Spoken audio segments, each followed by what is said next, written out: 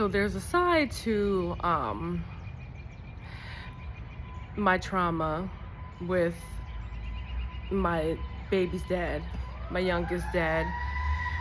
There's a side to that trauma that I'm dealing with, that I have not been able to talk about because I haven't even been able to accept that I'm embarrassed. There is a level of embarrassment and shame that I literally cannot get over. Like, I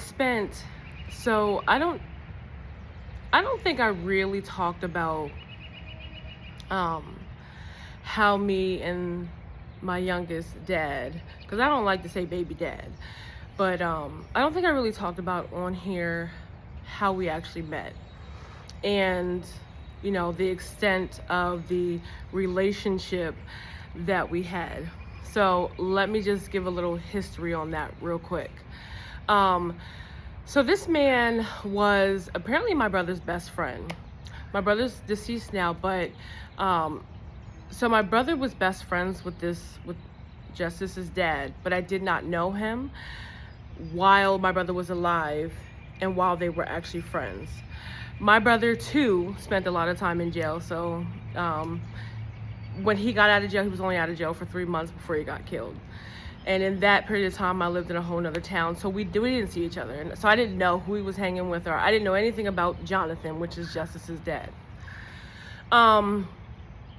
When my brother got killed, he did try to reach out, just to let me know that happened and, give his condolences or whatever, but I didn't know who he was, so I didn't really pay him any mind, because in my mind, I'm like, you could have been the one that did it.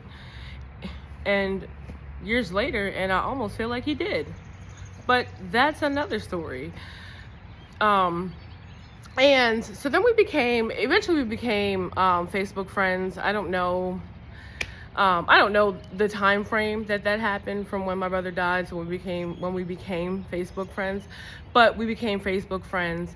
And because of my brother's death, I started a nonprofit called Operation Life, and it was in the name of my brother. And my goal was to help ex-offenders. So when my brother died, I was introduced to so much of the things that he actually was dealing with while incarcerated. And, I was able to see, what he was actually dealing with as a man, coming home from incarceration. And the reason being is because I had his jail box. Like, he came home with a box from jail, and I had that. And with Operation Life, I set out to interview men who had been incarcerated, because I wanted to get an idea. I've never been in jail, so I wanted to get an idea of what they really, need. At that time, I was just providing clothes and, toiletries and things like that for ex-offenders. So he was willing to do an interview with me, but I avoided it. I just wouldn't do it. I'm not really sure exactly. I don't know. I just didn't want to do the interview with him. So I never interviewed him. I interviewed other men, but I didn't interview him. So fast forward to around 2018. My brother was killed in 2016. So now we're in 2018. He's in jail. He's in a county prison. I didn't know that, but I had another friend who was in the same county jail, and I was on the phone with him. And Jonathan, Justice's dad, he walks by. I guess they know each other, so he asked him. He was like, "Who are you? Who are you on the phone with?" So my friend tells Jonathan who he was on the phone with, which was me. And Jonathan told my friend to, give the information so that he could write me or call or something like that, which I did. And it started off really slow. I was really reluctant to talk to him or, anything of that or to write him. But that's how it started. We started writing back and forth and talking on the phone. And I went to go see him. I didn't like him. I didn't like Jonathan. I wasn't attracted to him, but I did go see him. And I really liked his vibe. His energy was good, and I really enjoyed talking to him. Like, I felt so calm and comfortable talking to him. So I ended up sending him $50 that day. And I always felt like my brother was like spiritually telling me, go ahead, look out for my man, my friend. So I did. I sent him $50. He didn't ask me to do that. I just did it on my own. So that's how that happened. So we met basically with him in jail and ended with him in jail. It's crazy. So that took me on a journey with him. That was 2018. 2019, he asked me to be with him. I think it was in May. He asked me to be in a relationship with him. And I said, yeah. I liked him. Like I said, I really enjoyed his company. I liked his vibe. I liked talking to him. I felt like I could talk to him. He's very, very smart. He's very intelligent. He's not a dummy. And I really liked that about him. Because I don't like to talk to people. I don't like to associate with people that I'm smarter than. I like to learn. So I'm an education junkie. I really like to learn. So I like talking to people who are smarter than me, people that I can learn from. And I was just able, I was able to learn a lot from him. And I mean, the conversations that we had were just they were intellectual. And I felt like through my connection with him, I healed myself in a lot of ways, because I talked to him about personal things. I talked to him about traumas and childhood things, and I talked to him about my weight and how I wanted to lose weight, and and eventually he did help me with giving me pointers, and and he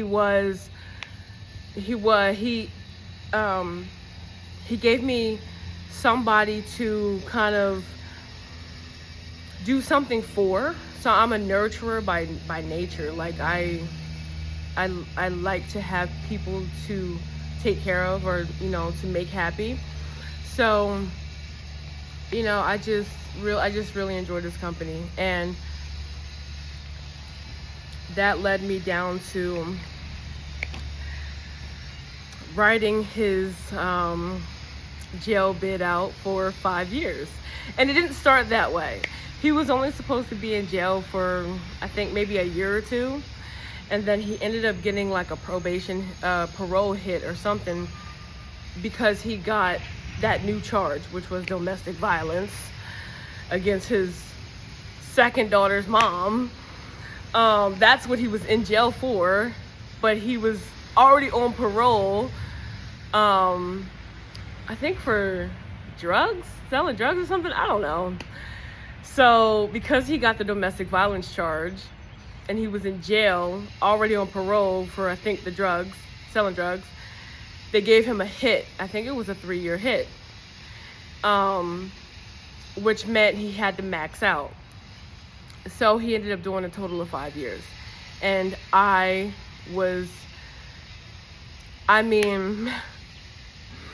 that whole 5 years, let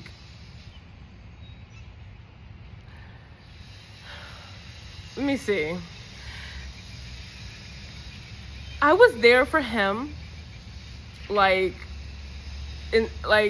all in. But that 5 years was really about me. For me personally, it was really about me and growing within myself. And honestly, if I would have just stuck with that, I'd be fine, But he on the other end, as I was enjoying I was growing within that 5 years, within myself personally, within my life, and just me as a person. um what he was doing on the other end was making promises, and tell like painting this picture of everything he wanted to be and to do and to have, and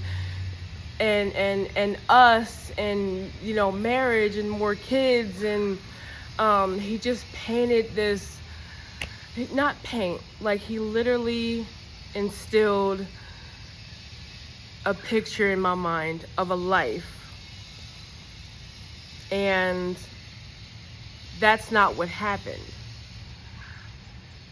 So for that whole 5 years, I felt so confident, and I believed wholeheartedly in this man. I believed in who he wanted to be. I believed in, what he said. I believed in what he wanted. I truly believed him. So I was out here in the world, being everything. I took on the responsibility of his daughter, which when I met her, she was about 2. And oh my God, I fell in love with this little girl. Like, I literally just became her mom. And so I took on the responsibility of her. I had her every weekend. I taught her, I potty trained her. I taught her how to ride a bike. I taught her how to talk. I took her everywhere with me. Like, when you saw me, you saw this baby. I raised her. That was my girl. And, I also was there supporting the mom. Like, I was basically the dad to this girl. It's crazy. And then with him, we were on visits every single weekend. I was driving an hour and some change to go see him let me see. It was either 1 or 2 visits a week. I can't remember. But 1 or 2 times a week, I was driving over an hour to go see him every single week until COVID. And then I did have a couple suspensions throughout that time, so we didn't get that. But anytime that I could see him, I was there. Everything. Like, he had money on his books. He never went without. He always had winter clothes, shoes, food, phone, money on the phone. Like, he just, everything. $40 a pop on visits just for the vending machine. I answered the phone every time he called. And he called a lot. Like, we're talking $10, $15 a day. Just for the phone, because he would call back to back to back to back to back. But I was just there. I was so entrenched in this man, and my belief in him was so, I believed in him. I believed him so much that I put it out there in the world, which is something I don't do. Like, people don't know me to be in a relationship. That's just not me. Like, I'm perfectly fine with casual like connections and stuff like that. That's just always how I've been. Like, relationships just wasn't me. Like, I don't like to be pinned down, and I don't like to be obligated to people. But I started putting it out there that, me and him are dating. This is now my fiance. He got on his knees and asked me to marry him in jail. Like, it was crazy. And then he also, like, was adamant about us getting married while he was in jail, which I didn't do. I wouldn't do it. I looked into it, and I had the meeting and all that, but I wasn't going to marry him in jail. So I became his fiance. I had the public believing in us too. Like, we had so much support from my people, and the little bit of people that he knew, that I knew, that was on my page. We had support. Like, I had people really believing in us, and maybe even, hopeful that, he was going to come home and he was going to do the right thing and he was going to be real. I convinced my son to let his guard down and believe in him, because he would talk about how he wanted to be a dad to him, and he wanted him to call him, he wanted my son Jermaine to call him dad. He even got my son's name tattooed on him. He got my name tattooed on his rib. Like, and I didn't ask him to do none of that. I didn't even know he was going to do it. And people that at first might have been like, yeah, that's jail shit. Like, you know, I even got some warnings, you know, like, are you sure about this? My son is one, like, he constantly, periodically would be like, Mom, are you sure? Mom, you know, do you think he's really gonna come home? And da da da. And I always say, yeah, I believe him. Like, I believe him. I believe what he's saying. I believe that he does want this life. So I even convinced my son. And then for him to get out of jail after 5 years of all of this, for him to get out of jail, we only had 60 days together. Literally to the day, 60 days. From February to April. And for him to get out of jail and be absolutely nothing that he said he was or wanted to be was so weird. He got out of jail and to me was a complete stranger. It's scary. Like, it's actually scary. Like, I was actually so uncomfortable and a little bit afraid because I didn't know him. Like, I didn't know who that man was. Like, he was doing everything that he said he wasn't going to do or didn't want to do. He was doing everything with me that I said I didn't want. You know, and it was just an awful, uncomfortable experience for me. Sex with him was uncomfortable. He did everything in his power, I feel, to humiliate me sexually. He knew my insecurities and he just, he didn't care. And then I got pregnant, and like literally the 2 days after we broke up and I was pregnant, 2-3 days later, he's now in a relationship with somebody else that he just met, and he's all on social media. People didn't even know we were broken up until they literally saw him on social media with somebody else, or they saw him out in the public with somebody else.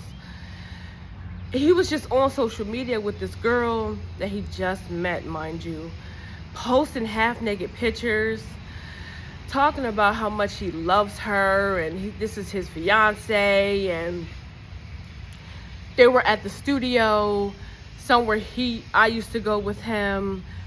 He's posting pictures on Instagram with his daughter and her, talking about how much those kids how much they love her, because it's actually his daughter and his daughter's half sister. And he's posting this picture talking about how much the kids love her, skipping down the road. It was actually a video. The girl had the two kids by each hand skipping down the street, and he's recording, and the caption says that they love her or something like that. I don't know, but they just fucking met her.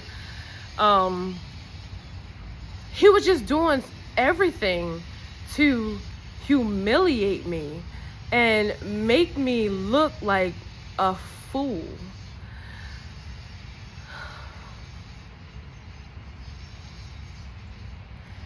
I was pregnant and I was already feeling like a fool. But then he told everybody that I was a fool by his actions. He didn't try to protect me at all, or my son. He didn't try to protect my feelings. He didn't even consider the sacrifices that I made for 5 years. I always felt like even if we didn't work out in a relationship, we would always be friends. I felt like the 5 years we were building a friendship, and I really truly felt like that was real. So I felt like regardless of what happens or doesn't happen with the relationship, we would always be friends. I believe that. Like, I truly believe that was my friend, or we were building a friendship basically, and that, you know, what I did for him in those 5 years was something that would actually be respected. And, you know, that's something that I didn't think he would ever be able to forget or brush off. Like, I felt like that was something so noble that he would treasure that. But come to find out, it was nothing. It meant absolutely nothing to him. He didn't give a fuck. And it's like he just expected for somebody, me, to be the dummy and ride out for him like that. Because that's all he wanted, was somebody to be there for him to talk to, and for them to send money and come see him, and he could see the kids, and for him to be connected to the outside world as much as possible. That's all he wanted. That's all he cared about. He didn't really care about a life with me. I don't think he even liked me at all. I know he wasn't attracted to me, for real. He wasn't. He used to tell me that Serena Williams was his favorite sports player, and he loved the fact that she was tall. I forget the word that he used, but it has something to do with like gigantic women or something like that, and that's what he called me, and that's what he liked about Serena, that she was a bigger, taller, athletic built woman. And he told me that that's what he liked about me, that I was tall. I'm not athletic built, I'm heavy, I do need to lose weight, but you know, I am taller. And he told me that he likes women like me. But that was a lie. He's not attracted to a woman like me. I don't even think he likes black women at all. At all. And it's so much more. It's so much more that I really want to get out, but I'm not going to do that in one video. But to now, after all of that, after all that I gave, all the belief that I have, all the work that I put in, all the money that I spent, all the time, he took my good years, like my early to late 30s, my good young youthful years, all of that, to then turn around and have to face people that I was so sure about, and like to face people that I felt so sure about this relationship, to face them now, it's just a lot of embarrassment and shame. Like, I feel like a lot of people see me and they look at me and they see idiot, they see stupid, whereas I used to get a lot of respect. I used to get a lot of respect as a mom, as a woman, as somebody who held her own, somebody who always had their own and was very responsible. I used to get a lot of respect from people. But after Jonathan, I feel like a lot of people lost that respect. I had a baby, and I'm struggling with this baby by myself. I fell off. Like, I'm not the same Chrissy that I was before 2024. I'm not. And people see me now, and they see that. They know who I used to be, and they see me now, and it's like, told you so. Like, why would you be so stupid, right? Why would you do that? Tried to tell you. One of my guy friends did. He said that. He said, you know, I tried to tell you, like, that's what they do. That's what they do.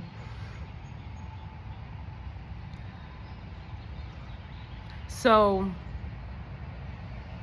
when I sit on these videos and I talk about how hard it is for me to get up and to make sense of what happened and to get over all of this, this is one of the reasons why it's so hard, is because it's embarrassing. And there's shame that I wasn't ready to face. And the embarrassment that I really feel, I couldn't talk about. Because I still wanted to be strong and I still wanted to save face, and I didn't want people to really know how I felt, how I feel.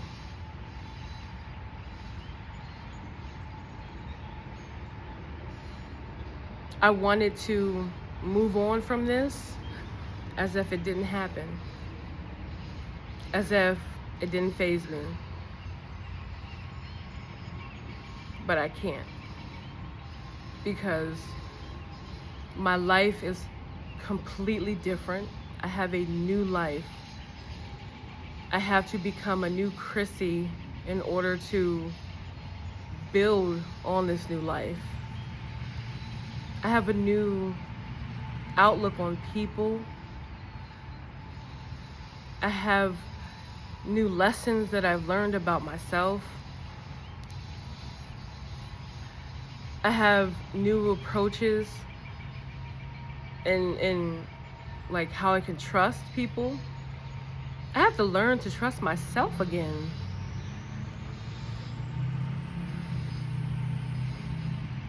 So it just wasn't easy to face the embarrassment and the shame, because that also came with an acknowledgement that I fucked up. I did this to myself. He didn't do this to me, I did this to me. And what I seem to continually revisit in my mind is all the times in the 5 years that I should have got off the fucking train. I should have got the fuck off. And I think about all those little moments that I should have got the fuck off and I should have walked away, but I didn't. And that is the part in my mind that fucks with me.